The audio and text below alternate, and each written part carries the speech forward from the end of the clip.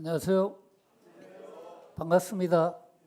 예, 자리는 많이 비었지만 함께 또 예배를 드리게 하신 하나님 앞에 감사를 드립니다. 본문 말씀을 나누시기 전에 이제 계속 폭염이 연일 계속되는데 아침에 일찍들 일어나셨죠? 왜 일찍 일어나나 보니까 매미 때문에 예전에는 그 시골에서 이 참매미 소리를 들을 수 있었는데 요즘에는 이 매미들이 도심에 들어와서 뭐 시도 때도 없이 울어대고 있었습니다. 그래서 그 매미 소리 때문에 잠들을 또 일찍 깨워서 또 일찍 깨워 주시는 것 같습니다. 일찍 깨워서 주일 아침에 하나님 말씀도 읽으시고 또 이제 예배를 준비하고 이렇게 하라고 매미들도 즐겁게 노래하고 있는데 그렇게 노래하고 있는데도 또 깨어나지 못하는 그런 분들도 있는 것 같습니다. 우리 성도님들은 그렇지 않기 때문에 또 이날 아침에 일찍 예배 드리러 나오신 것 같습니다. 세월은 계속 빠르게 마치 화살과 같이 지나가고 있습니다.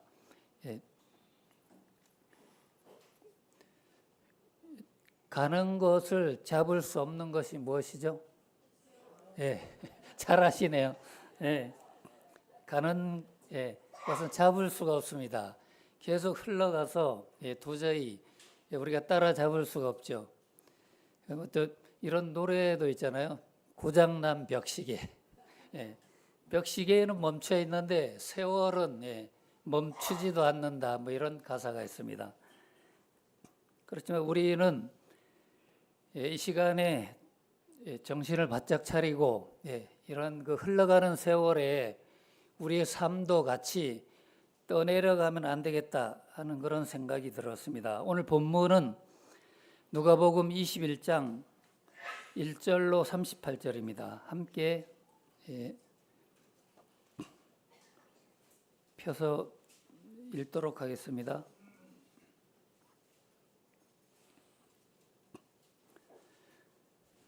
누가복음 21장 1절부터 함께 교독해 보도록 하겠습니다.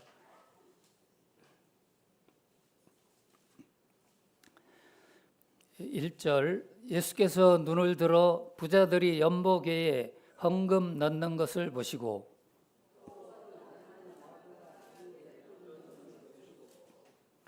가라사대 내가 참으로 너희에게 말하노니 이 가난한 과부가 모든 사람보다 많이 넣었도다.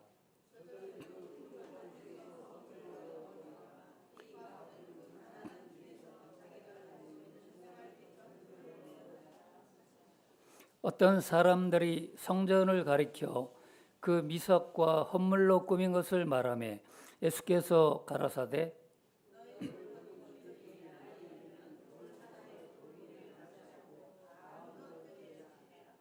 저희가 뭐로 가로되 선생님이여 그러면 어느 때에 이런 일이 있겠사오며 이런 일이 이루려 할 때 무슨 징조가 있사오리까?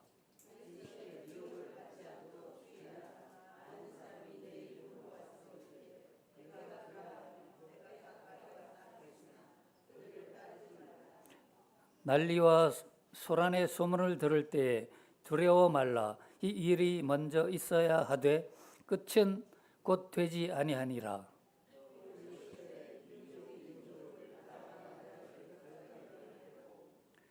첫째 큰 지진과 기근과 온역이 있겠고 또 무서운 일과 하늘로서 큰 징조들이 있으리라.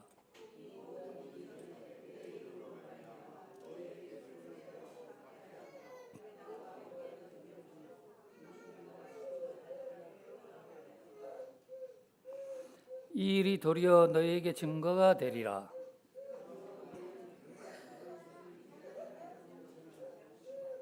내가 너희의 모든 대적이 능히 대항하거나 변박할 수 없는 구제와 지혜를 너희에게 주리라.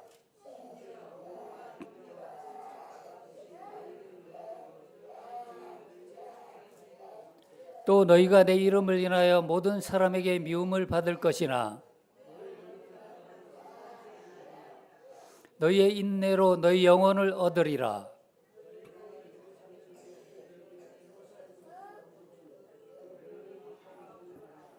그때 유대에 있는 자들은 산으로 도망할지며 성내에 있는 자들은 나갈지며 촌에 있는 자들은 거리로 들어가지 말지어다.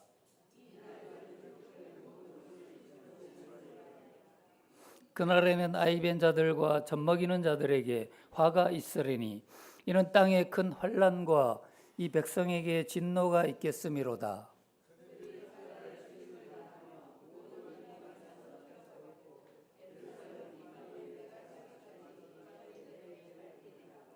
(1월) 성신에는 징조가 있겠고 땅에서는 민족들이 바다와 파도에 우는 소리를 인하여 혼란 중에 곤고하리라.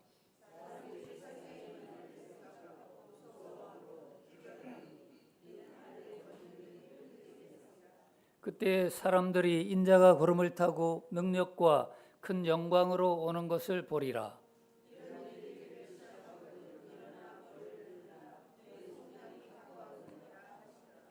이에 비유로 이르시되 무화과 나무와 모든 나무를 보라.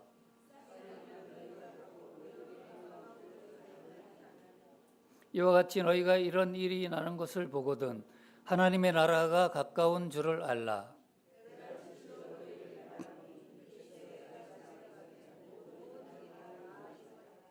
천지는 없어지겠으나 내 말은 없어지지 아니하리라.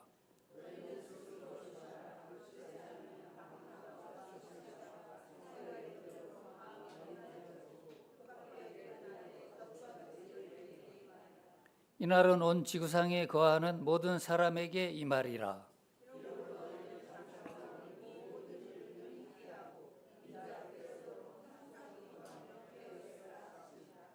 예수께서 낮이면 성전에서 가르치시고 밤이면 나가 감람원이라 하는 산에서 쉬시니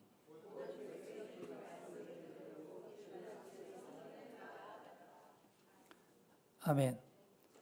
날씨가 더운 모양입니다. 목소리가 축 처져서 말씀을 읽기가 어려운 것 같습니다. 오늘 본문 주제는 이렇게 정해봤습니다. 주의 날을 준비하는 삶이 어떤가. 세 가지 소재를 정했는데 첫 번째로 헌금의 비중이 나와 있죠. 두 번째로 마지막 날에 일어날 일들. 세 번째로는 종말의 성도들의 자세에 대해서 함께 상고하고 또 교훈을 얻도록 하겠습니다. 요즘 가장 많이 듣는 그런 단어가 어떤 단어죠?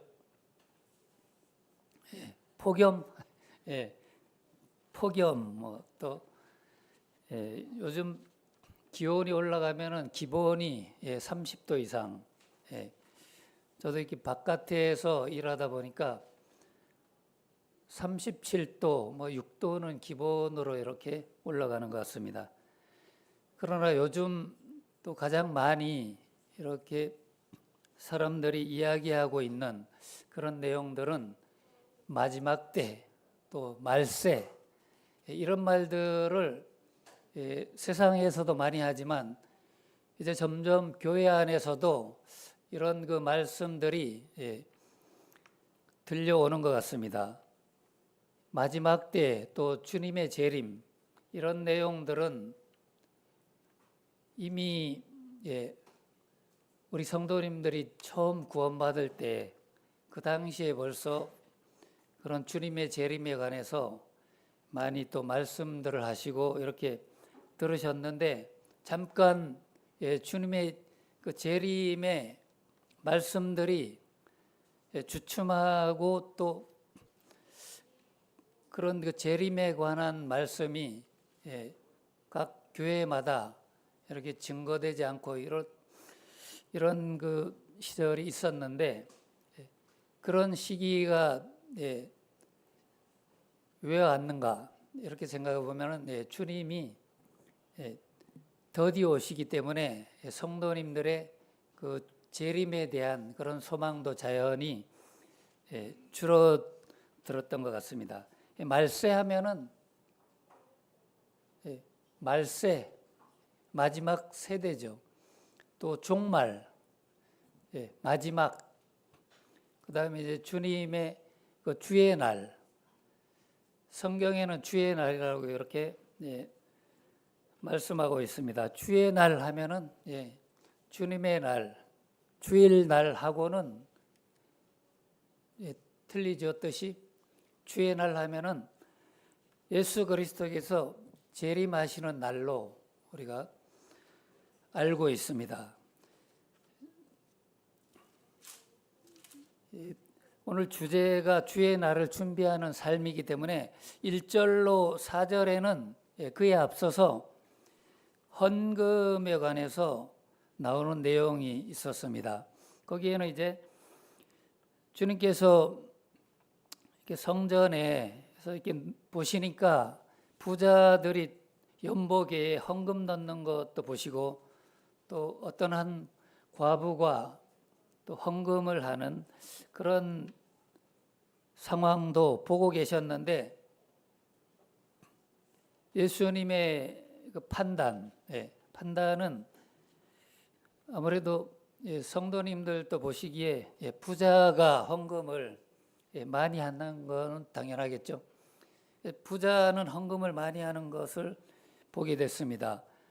그 다음에 한 과부가 또 들어왔는데 과부는 이렇게 보니까 2렙돈을 넣었는데 부자가 그 드린 헌금하고 액수를 놓고 볼 때는 동전 2개하고 부자가 많이 넣은 것하고는 액수에서는 많이 차이가 나지만 주님은 보실 때 그런 액수와 상관없이 그 헌금의 비중에 대해서 또 말씀하신 것을 이렇게 볼 수 있습니다. 부자는 풍족한 중에 자기의 것을 드렸는데 얼마를 드렸는지는 모르겠지만 이제 많이 드렸겠죠.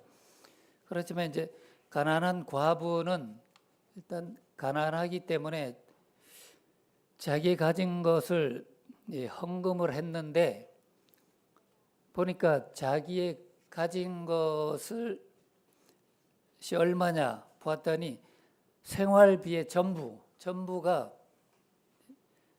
자기의 그 헌금의 액수였습니다. 그렇기 때문에 주님이 보실 때는 그런 그 액수의 차이보다는 아마 그 가지고 있는 그 생활비를 전부 넣은 이 과부의 그 헌금이 많다고 이렇게 판단하신 이런 내용을 1절로 4절까지 보면 알 수 있습니다. 헌금의 목적은 여러 가지가 있겠지만 이제 구제도 해야 되고 또 선교 여러 가지 목적이 있습니다. 헌금은 이 하나님 앞에 하나님의 은혜에 감사해서 하나님 앞에 드리는 선물, 예물이라고 할 수 있죠. 또 다른 의미로 연보라고도 이렇게 말하고 있습니다. 구약 시대에는 뭐 율법에 따라서 11조를 이렇게 또 예물로 드리기도 했습니다. 레위기 27장에 보면은 그런 내용이 나오죠. 초대교회 때에는 또 이 성찬, 이 만찬을 준비하면서 여러 가지 그 음식이나 또 빵들을 준비하는 그런 것들도 다 포함이 되겠죠. 그래서 이제 여러 가지 의미로 이런 헌금을 드렸는데 이 유대의 역사가가 요세푸스란 사람이 있습니다. 그 사람의 기록에 의하면은 그 성전에는 아마 13개 정도의 이 헌금통이 있었다고 합니다. 그래서 그 중에 이제 한 6개,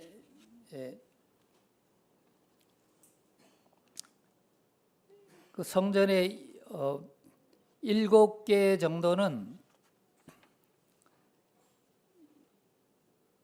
이 성전의 성전세를 바치는 헌금함이 7개 정도 있었고, 나머지 6개 정도의 이 헌금통은 뭐 낙헌제나 이런 그런 제때 드리는 그런 헌금함이었다고 하는데, 그런 헌금함의 모양들은 이제 그 나팔 모양으로 이렇게 돼 있어 가지고 아마 동전을 이렇게 넣으면은 땡그랑하고 이제 소리가 들리기 때문에 아마 이 한 2닙 정도가 들어가니까 이제 알려졌겠죠. 그래서 저 사람이 그 동전을 몇 개 넣었구나 이렇게 알 수가 있겠죠. 이렇게 넣었을 때 결론적으로 1절로 4절에서는 예수님의 그 판단은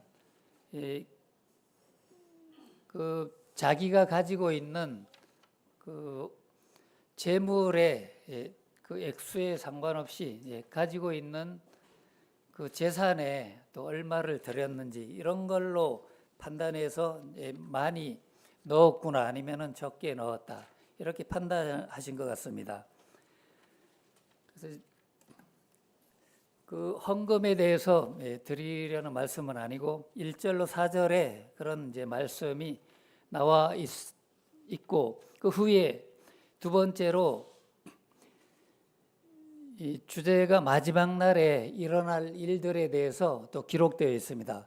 우리가 지금 말세라고 얘기하고 마지막 때라고 얘기하고 교회에서도 그런 이야기들을 많이 하고 있습니다.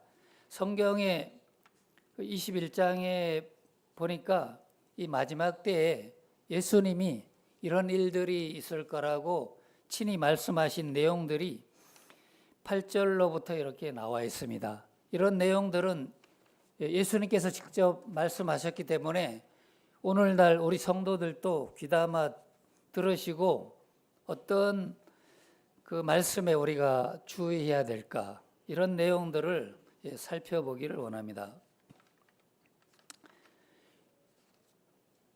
5절에 보니까 이제 어떤 사람들이 그 성전을 가리켜 가지고 아마 이제 성전은 솔로몬 성전 이후로 또 헤롯 때에 와서 성전을 다시 수리하고 재건하는데 약 80년 가까이 이렇게 걸려서 성전을 수리하는 그런 리모델링 작업을 했는데 한 80년 정도 이렇게 수리하면은 굉장한 그런 아름다운 성전의 모습과 또 그 성전 안에 여러 가지 금은 보석으로 이렇게 장식되어 있는 아름다운 성전이겠죠. 그래서 많은 그 어떤 사람들이 성전을 이렇게 가리켜서 이렇게 아름다운 그 성전을 자랑을 했습니다. 또 귀한 그런 돌들을 이제 가져다가 아름답게 꾸민 이런 성전을 예수님께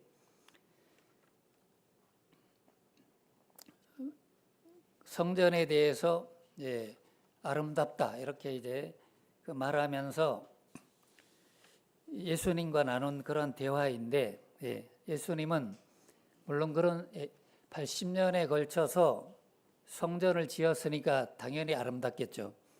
그렇지만 이제 예수님은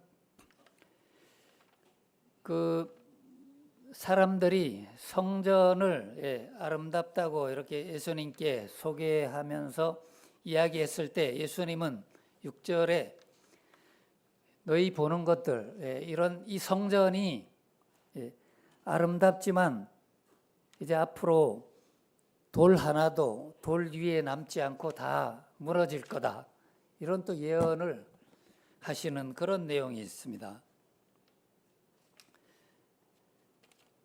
그런 후에 제자들은 또 예수님께 다시 한번 물어보죠. 그러면은 예, 선생님이 하면서 어느 때에 또 이런 일이 있겠고 이런 일이 이루려 할 때에는 어떤 징조가 있습니까? 이렇게 물어봅니다. 여기서 1차적으로는 이제 예루살렘의 그 성전의 멸망에 관해서 주님이 말씀하신 거죠. 어느 때에 이 성전이 무너질까요? 이렇게 그 제자들은 질문을 했습니다. 누가복음 21장 지금 본문에 그런 내용이 나오지만 마가복음 13장에도 또 동일한 그런 내용의 말씀이 나와 있습니다.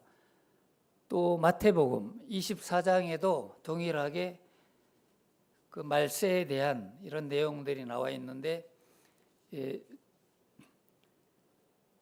감람산에서 제자들의 질문에 대한 그런 대답을 하시는 이런 장면들이 각각 다르게 나와 있는 그런 내용들이 기록되어 있습니다. 그러면 제자들은 이제 이 성전이 이렇게 아름답게 지어졌는데 예수님은 반대로 이제 이 성전이 이렇게 아름답지만 이제 때가 되면은 이 성전이 아주 처참하게 그냥 돌 위에 돌 하나도 남지 않고 다 무너질 것을 반대로 이야기하셨습니다. 그렇게 될 때에 어떤 일이 일어날까?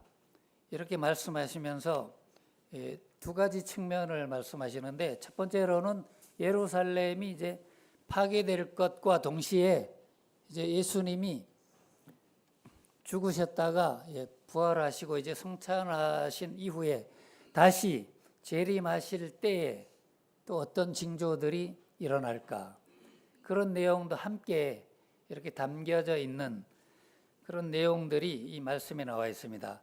그래서 오늘 이 시간에는 성전 파괴의 모습, 그런 예언도 들어있지만 우리가 지금 주목해야 될 그런 예언의 말씀은 주님의 재림에 관해서 초점을 맞추면 좋을 것 같습니다.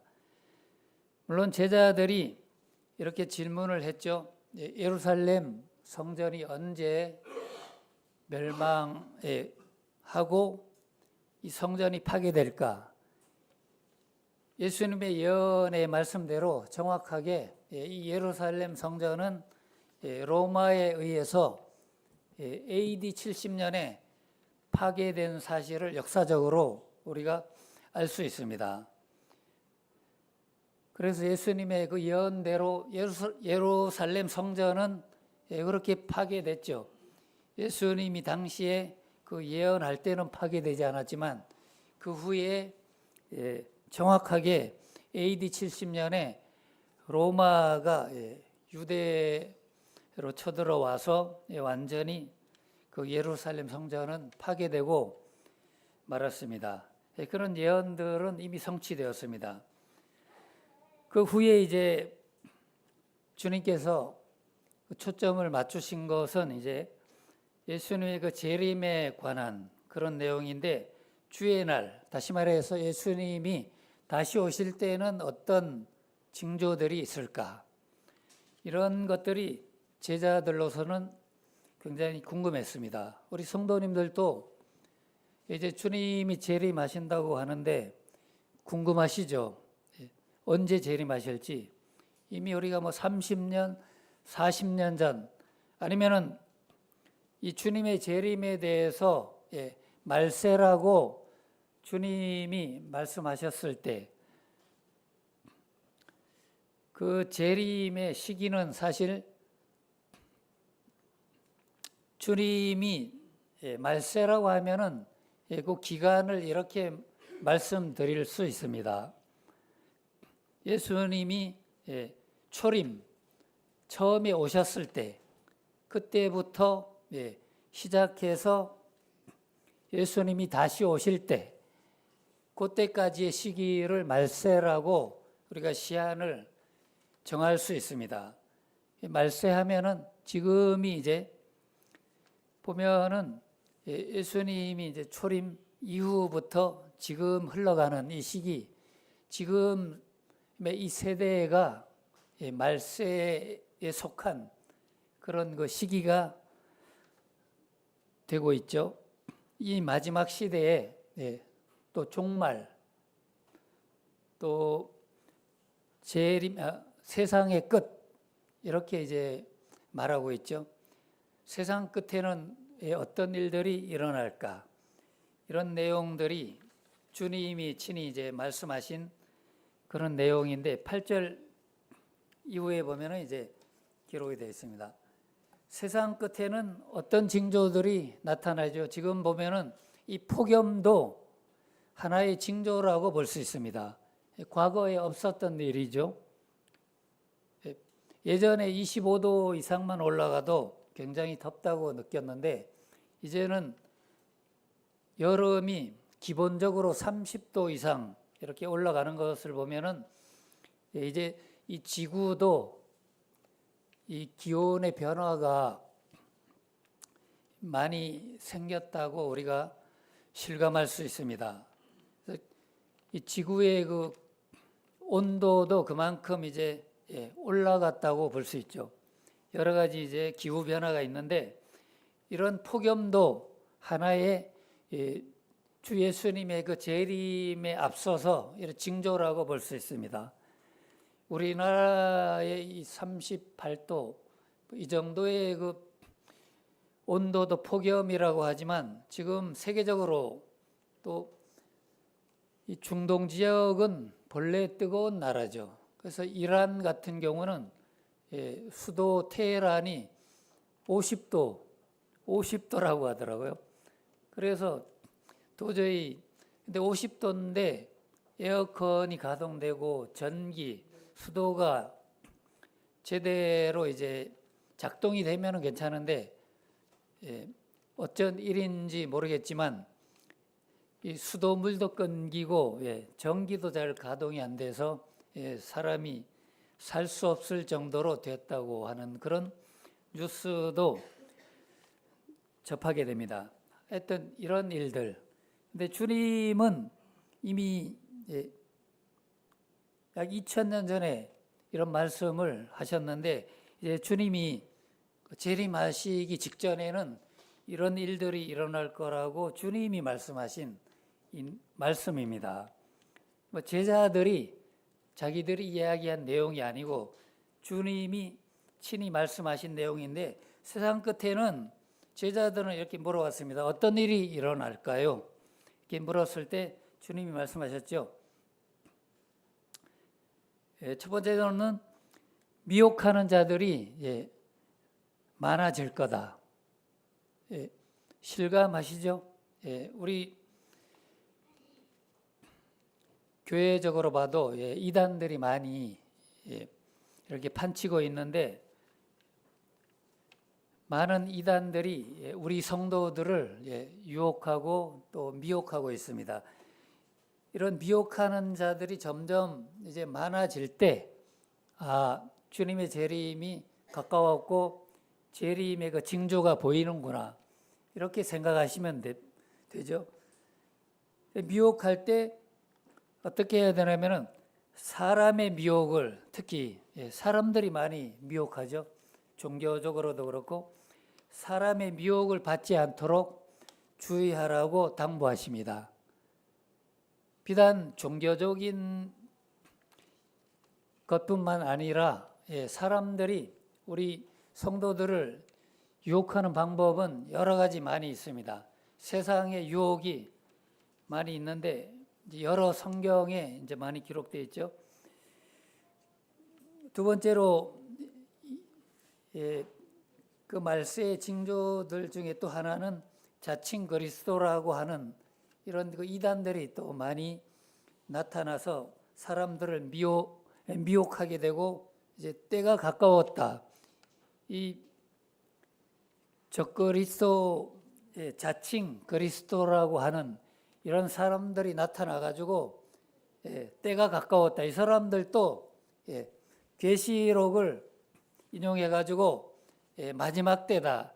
때가 가까웠으니까 자기들이 이제 옳다고 주장하면서 자기들의 그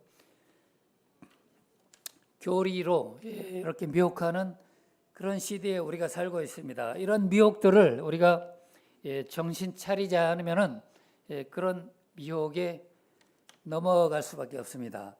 그 다음에 또 징조가 무엇이죠? 전쟁. 지금 너무나 전쟁에 대해서 우리 세상 사람들도 그렇고 성도들도 너무나 전쟁 소리 또 이렇게 뉴스를 많이 접하다 보니까 우리 성도님들 마음도 무뎌졌어요. 그래서 전쟁이 지금 계속되고 있는 나라들이 있는데도 이제 무감각해졌어요. 뭐 그냥 알아서 싸우다가 때가 되면은 휴전해서 그치겠지. 뭐 이렇게 되죠. 지금 우리가 잘 알고 있는 몇몇 나라들이 있죠. 또 전쟁을 또 하다가 그치기도 하고, 또 최근에는 보이지 않게 태국, 지금 태국 여행 많이 가시죠. 갔다 오신 분들도 있고, 태국하고 캄보디아하고 이렇게 가까이 붙어 있다고 하더라고요. 가보진 않았지만 지도상으로 보면은 국경을 맞대고 있는데 거기에서도 최근 또 서로 미사일을 쏘고 전쟁을 서서히 시작한 그런 모습이 나타나고 있습니다. 그동안 조용했는데 왜 전쟁이 일어났나 보니까 캄보디아하고 태국 국경에 큰 사원이 있다고 합니다. 뭐 어떤 사원인지 모르겠지만 그 사원이 있는데 관광객들이 이제 많이 몰려가잖아요. 근데 이제 캄보디아로 가야 되는데 거의 캄보디아 쪽으로 치우쳐져 있는데 이 국경에 그 사원이 있는데 이 사원 입구가 아쉽게도 태국에 있습니다.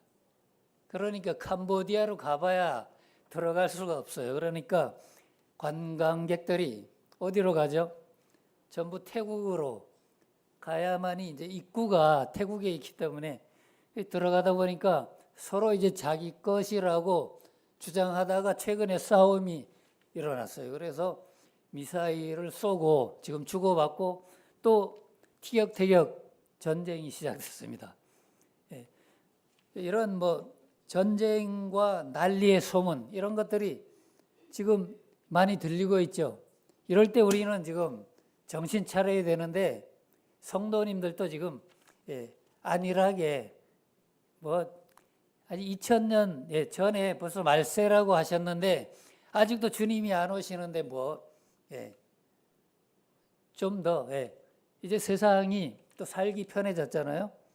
어려우면 더 주님의 재림을 갈망하고 소망할 텐데 지금 어렵지 않아요. 지금 나라에서 돈도 막 줘요. 그래가지고 사 먹고 싶은 대로 사 먹으라고 소비 쿠폰도 주고 심심하면 줍니다. 11월에 끝나면 또 5만 원씩 더 준대. 조금만 더 기다리셔요. 마음대로 이게 사 먹으시고 하여튼 주는 거는 좋은 것 같습니다. 주는데 또 안 받을 필요가 없죠.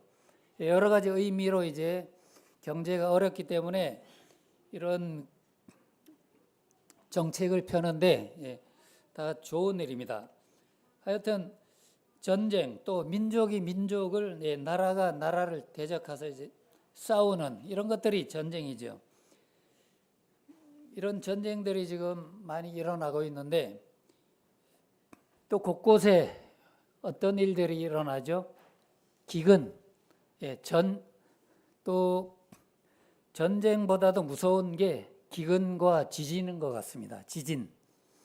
우리나라도 지진이 많이 일어나는데 일본은 특히 많이 일어나죠. 근데 곳곳에 그냥 지진은 견딜 수 있는데 주님은 이제 마지막 때에 주님이 오심이 가까워지면은 그냥 지진이 아니라 성경에 주님은 11절에 이렇게 말씀하셨어요. 큰 지진. 큰 지진이 일어날 것이다. 이렇게 또 주님이 말씀하셨습니다.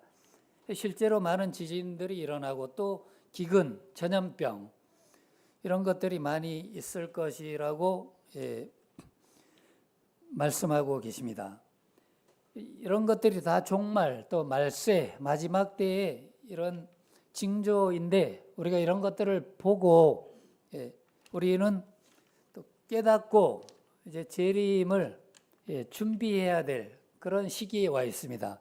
이런 것들이 우연이 아니구나. 이제 주님이 곧 우리를 데리러 오시겠다고 하는 그런 그 재림의 소망을 우리가 기억하면서 준비해야 될 것 같습니다. 또 어떤 일이 일어나죠? 하늘로부터 무서운 일과 큰 징조가 있을 것이다. 물론 7년 대환란 때에는 이런 무서운 징조들이 일어나서 하늘이 흔들리고 뭐 이런 일들이 많이 있겠지만 거기에 앞서서 주님의 그 재림 직전에도 여러 가지 천체가 지금 이상해지고 있죠. 이런 그 과학자들이 이런 이야기도 하더라고요. 지구가 자전과 공전을 하는데 지금 지구가 가만히 있는 게 아니죠. 계속 돌고 있는데 빠르게 지구가 점점 도는 속도가 빨라지고 있다. 이런 이야기도 하더라고요. 그래서 이게 정확하게 계속 지구가 정확한 속도로 돌아야 되는데 너무 빨리 돌면 이제 문제가 생기겠죠. 이런 것들도 큰 징조일 수 있습니다. 또 예수님의 이름 때문에 고난을 받고 또 박해도 받을 수 있다. 이런 것들은 다 주님 오심에 대한 그런 징조들일 것입니다. 또 마태복음 24장에는 그런 내용들이 나와 있죠. 불법이 성하고 많은 사람들의 사랑이 식어진다. 이런 것들도 이 말세의 징조로 들어가 있습니다. 성도님들의 특히 교회 안에서의 사랑, 저도 마찬가지고 말로는 뭐 사랑한다고 하지만 사랑은 행동과 실천이 중요한데 이 마지막 때에는 세상 사람들은 더 하겠죠. 자기를 이제 사랑하게 되는 것은 두말할 것도 없는데 성도님들의 사랑도 이제 마지막 때에는 식어진다고 말씀하신 대로 이제 성도님들 어떻게 느끼셨죠?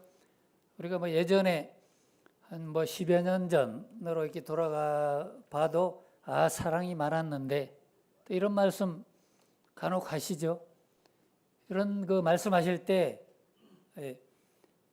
이런 것들을 볼 때도 주님의 그 재림이 가까웠구나.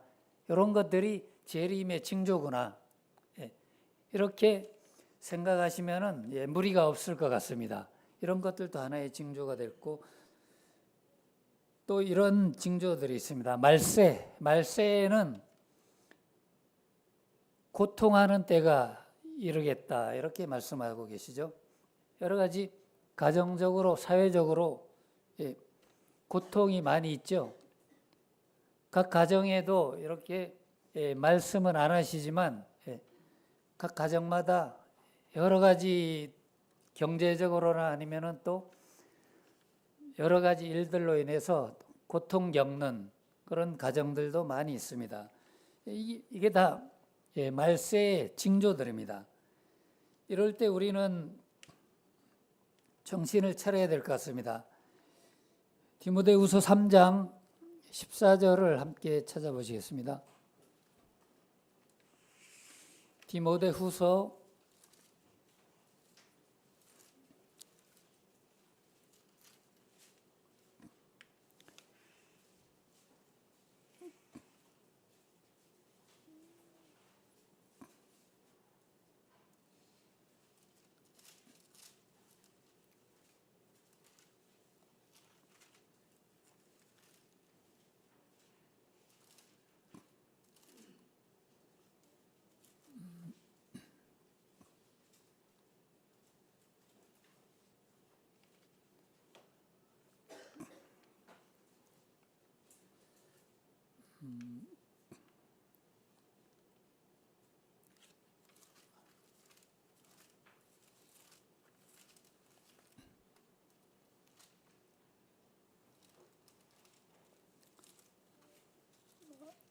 디모데서를 찾기 전에 베드로 후서 3장을 먼저 보겠습니다.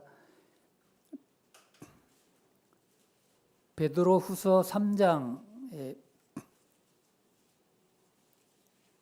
4절에 한번 찾아보시면은 3절부터 읽어보겠습니다. 베드로 후서 3장 3절에 보면은 먼저 이것을 알지니 말세에 기롱하는 자들이 와서 자기의 정욕을 쫓아 행하며 기롱하여 가로되 주의 강림하신다는 약속이 어디 있느뇨 주상들이 잔 후로부터 만물이 처음 창조할 때와 같이 그냥 있다 하니 이러면서 마지막 때에 뭐 예나 지금이나 이 세상은 크게 변하는 게 없고 또 오히려 잘 되어가고 있는데 무슨 말세냐 이렇게 많은 세상 사람들은 조롱하고 있습니다. 그렇지만 이런 것들을 우리가 들을 때 이런 말을 들을 때 이것도 이제 마지막 때에 이 세상 사람들이 우리 믿는 성도들을 유혹하기 위해서 하는 말이구나 하는 그런 뜻으로 우리가 받아들이면 좋을 것 같습니다. 여러 가지 이런 징조들이 마지막 때에 나타나는데 이런 징조들이 나타나면 우리가 이럴 때에 우리가 어떻게 해야 될까? 종말이 이제 가까웠는데 그러면 우리 성도들은 이런 그 전쟁, 기근, 또 지진 이런 그 재난의 소식들이 전해 올 때 우리가 주님이 곧 오시겠다. 그 이제 재림이 눈앞에 왔다. 이렇게 그 생각하면서 우리가 성도들의 그 종말에 관한 자세가 어떠해야 되는지 세 번째로 29절로 38절에 말씀을 통해서 교훈을 받아보겠습니다. 이 마지막 때의 성도들은 어떤 자세를 취해야 될까요? 첫 번째로 21장 8절에 보니까 그죠? 사람들의 그 미혹을 받지 않도록 주의해야 될 것 같습니다. 두 번째로는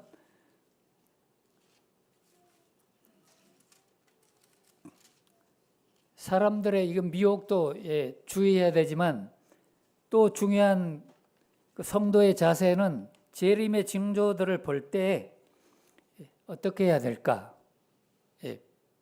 어떻게 해야 되죠? 일어나 머리를 들라. 오늘 교훈은 21장 28절에 나와 있는데 지금 졸고 계시는 성도님들이 있습니까? 머리를 들으시기 바랍니다. 또 세상적으로 볼 때 우리가 머리를 숙인다는 건 어떤 거죠?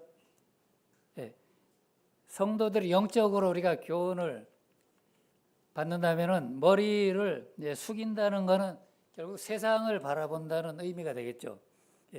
우리가 세상을 바라보면은 세상 것들을 쫓아서 살아갈 수밖에 없죠.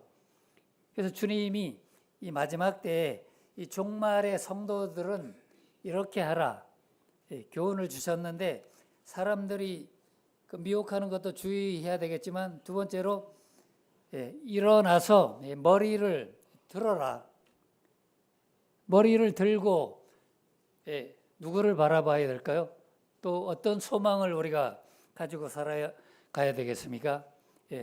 주님이 곧 오신다고 하니까 이 재림의 소망에 관심을 두고 우리가 일상생활을 살아간다면은 더 활기차게 기쁨으로 담대하게 살아갈 수 있겠죠. 그렇지만 우리가 그런 소망을 생각하지 않고 단순히 머리만 들고 오히려 세상을 바라보고 살아간다면은 그것은 합당치 않겠죠. 그래서 우리가 머리를 들고 그 골로새서에 있는 말씀인가요? 우리가 그리스도와 함께 다시 살리심을 받았으면은 위의 것을 찾으라. 땅의 것을 생각하지 말고 위의 것을 바라보라고 하는 그런 말씀도 있습니다. 우리는 일어나 머리를 들어야 되고, 그 다음에 이런 여러 가지 지금 뭐 난리의 소문들이 많이 들려옵니다. 이게 들려올 때 또 지난 그 코로나 시절을 우리가 겪어왔지만 이런 전염병 이런 것들이 그 돌 때 우리 성도님들은 또 어떻게 되죠? 우리 마음이 어떻게 돼요? 그런 그 난리와 재난 또 최근에 그 홍수 이런 것들이 닥쳐올 때 이 사람의 그 마음이 어떨까요? 어때요? 두려워하죠. 뭐 다른 말 필요 없잖아요. 그런 일들이 닥쳐오면은 두려워하게 되어 있습니다. 그래서 주님이 말씀하시기를 제가 드리는 말씀이 아니고 주님은 머리를 들 뿐 아니라 어떻게 두려워하지 말라. 우리는 그런 재난이 닥쳐오면은 당연히 두려워할 수밖에 없어요. 그래서 죽음의 위기가 이제 어떤 질병이나 여러 가지 몸이 아프고 이렇게 괴로우면은 죽음에 대해서 생각하는 게 사람이죠. 죽음을 좋아하는 성도님들이나 세상 사람들은 아무도 없습니다. 죽음을 제일 두려워하죠. 죽음이면은 끝나는 거잖아요. 뭐 세상이 천년 만년 간다고 하더라도 우리 인간이 태어나서 죽으면은 끝나죠. 둘 중에 이제 지옥을 가든가 아니면은 믿는 성도들은 천국에서 영생의 삶을 살든가 두 가지인데, 하나같이 성도들이나 세상 사람들은 죽음을 두려워해요. 나는 죽음이 두렵지 않아. 이렇게 말하는 사람들은 사실 거짓말하는 사람들이에요. 왜 그런가 생각해 보니까 이제 어떤 병원 앞이나 또 시골에 가도 마찬가지예요. 지나다 보니까 한결같이 결사 반대. 뭔 내용이죠? 프랭카드를 걸어서 결사 반대하는 내용이 뭔가 봤더니 뭐죠? 장례식장 건설 반대. 근데 이게 필요할까요? 아니면 필요하지 않을까요? 예식장도 필요한데 결혼 예식장, 장례 예식장도 당연히 필요하죠. 그런데 뭐 주택가에는 말할 것도 없고 장례 예식장 건설한다 그러면은 결사 반대할 수 있겠죠. 그것은 조금 이해가 가는데 여기 신도림 쪽에만 가봐도 그 뭐 제중병원인가 이런 병원에서 이제 그 요양 환자들이 있는데 병원 내에 장례 예식장을 운영하겠다고 이렇게 발표를 했더니 신도림 일대가 난리가 났습니다. 그래서 왜 그럴까 생각했더니 아니 병원에서 그 병원 환자들이 이제 사망하면은 또 장례도 치르고 해야 되고 또 일반 사람들도 이렇게 해야 되는데 왜 그렇게 그러니까 프랭카드에 문구가 아주 무서워요. 결사 반대. 죽어도 반대한다. 무섭죠. 왜냐면 반대할 이유가 별로 없는데 제 생각에도 아니 뭐 주택가하고 옆에 아파트 옆에 장례 예식장 운영한다면 조금 그런데 왜 그럴까 생각했더니 역시 사람들은 너나 할 것 없이 죽음에 대한 공포, 두려움이 있구나 하는 그런 생각이 들었습니다. 그렇듯이 근데 우리는 주님은 이제 재림은 끝이죠. 세상의 끝, 종말은 끝이기 때문에 이런 걸 안다면은 성도들도 어떻게 해야 될까요? 사람들은 두려워해야 할 텐데 장래 예식장도 두려워하면서 이 세상의 종말은 두려워하지 않아요. 모르니까 그러겠죠. 또 아는 성도들도 이런 것들이 그런 재난이 닥쳐올 때 두려워할 수밖에 없기 때문에 주님이 미리 아시고 성도들한테 그런 일이 당연히 있어야 되기 때문에 두려워하지 말라 이렇게 말씀하십니다. 이 시간 이후에는 성도님들은 두려워하지 마시기 바랍니다. 이런 한 가지 지금 성도님들은 머리를 숙인 채로 살고 계시나요? 아니면은 머리를 든 채로 살고 계신가? 각자가 한번 생각해 보시고 우리 자신을 또 점검해 보시기를 바랍니다. 네 번째로 보니까 무화과 나무의 비유를 보라고 또 말씀하셨죠. 또 이렇게 말씀하셨습니다. 너희는 스스로 조심하라. 이 말세의 성도의 자세예요. 주님이 말씀하셨어요. 스스로 조심해라. 21장 34절에 있죠. 그렇지 않으면 어떻게 되냐면은 어떻게 되죠? 조심하지 않으면 방탕하게 됩니다. 그다음 술 취하게 되고 생활에 염려를 하게 돼요. 그러고 마음이 둔해집니다. 이런 것들이 이렇게 되지 않으려면은 조심해야 되죠. 성도들도 정신을 차려야 됩니다.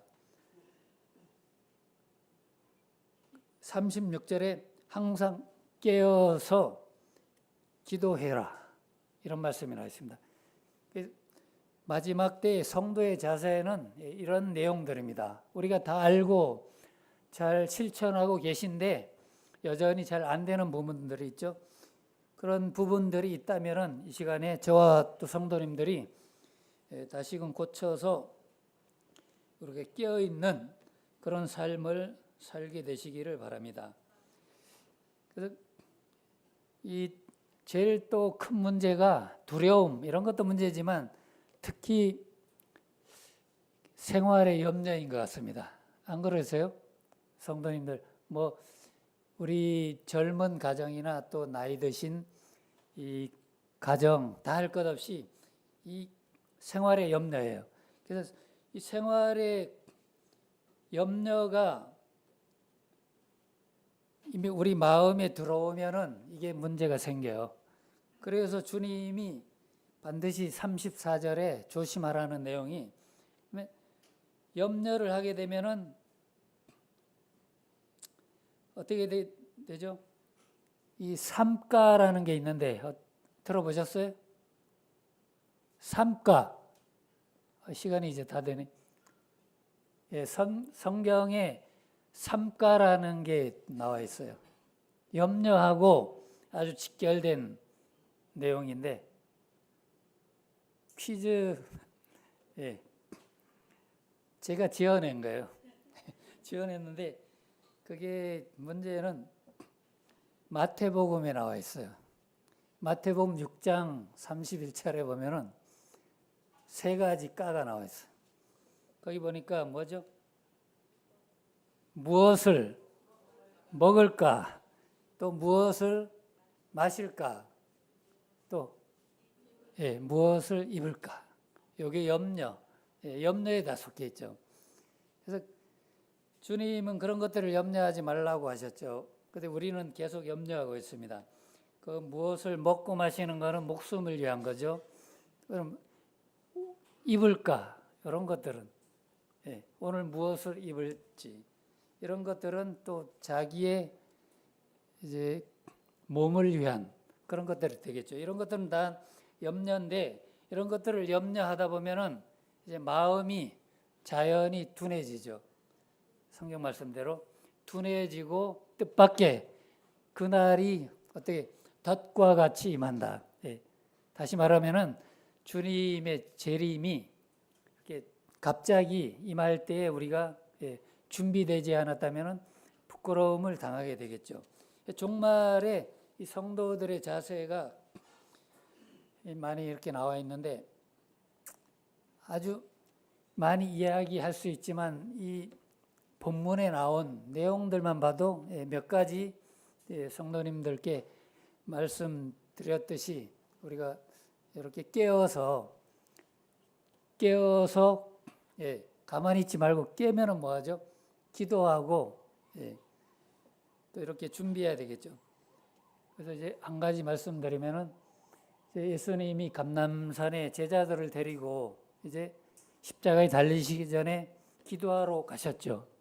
근데 주님이 말씀하시기를 제자들한테 너희도 깨어서 기도하라고 했는데, 그러고 예수님은 이제 성경에 돌 던질 만큼의 돌을 던져서 닿을 만큼 그런 가까운 거리로 조금 거리를 두고 이제 가셔서 기도하셨는데 기도하기 전에 제자들에게는 깨어 있어 기도해라. 이제 앞으로 닥칠 일에 대해서 그랬는데 기도하지 못하고 예수님은 이제 십자가를 앞에 놓고 땀이 핏방울이 되도록 이렇게 간절히 또 하나님 앞에 그 고난의 십자가를 좀 옮겨 달라고까지 이렇게 기도하시고 돌아오셔서 보니까 제자들은 어떻게 했죠?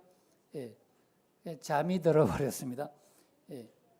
그들도 이제 그런 이야기를 듣고 슬픔에 잠겼는지 기도하면 될 텐데 기도하기를 잊어버리고 그만 이제 잠이 들어 버려서 예수님이 돌아온 줄도 몰랐죠.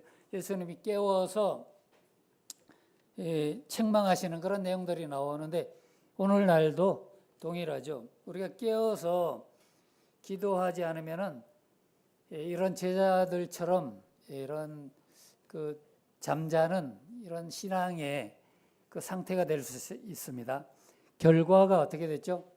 그들이 베드로를 포함해서 제자들이 만약에 깨어서 기도했다면은 기도함으로 그 예수님의 십자가의 그 사건 이제 앞으로 이루어질 사건을 준비하고 기도하고 깨어 있었다면 어떻게 됐을까? 그러면은 다 도망갈 이유도 없죠. 제자들이 하나같이 전부 도망갔어요. 그러고 심지어 예수님을 이제 잡으러 왔을 때 베드로는 예수님이 검을 준비하라고 한 적이 있는데 칼을 가지고 있었는데 예수님 잡으러 왔을 때 대제사장의 종의 귀를 이제 잘랐죠. 그게 베드로의 사실 실수인데 보면은 깨어있지 못하면은 자기 마음대로 행동할 수 있는 거예요. 자기의 생각대로 예수님의 그 뜻이 아니죠. 그 검을 가지고 대제사장의 종 말고의 귀를 자르라고 검을 준비하라고 한 건 아니죠. 그건 분명히 호신용일 텐데, 그거를 휘둘러 가지고 사람의 귀를 잘랐다는 것은 잘못된 거죠. 이런 것들은 그런 걸로 나타나고 나중에는 또 예수님을 부인하는 데까지 나아갔죠. 이런 것들은 다 문제가 뭐냐면 항상 깨어서 기도하지 않은 그런 일들로 인해서 이런 문제가 심각한 문제가 생겼죠.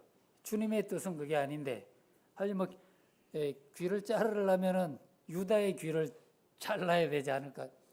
예수님을 팔아먹은 애매한 그 종의 귀를 자를 이유는 없는데 자기 생각이 나오는 거죠. 그래서 우리 기도하고 준비하지 않고 이 재림을 기다리지 않는다면은 어려움이 닥쳐올 때 또 주님이 재림하실 때 재림 직전에 이런 그 실수 또 이런 잘못을 범할 수 있다는 생각을 할 수 있습니다.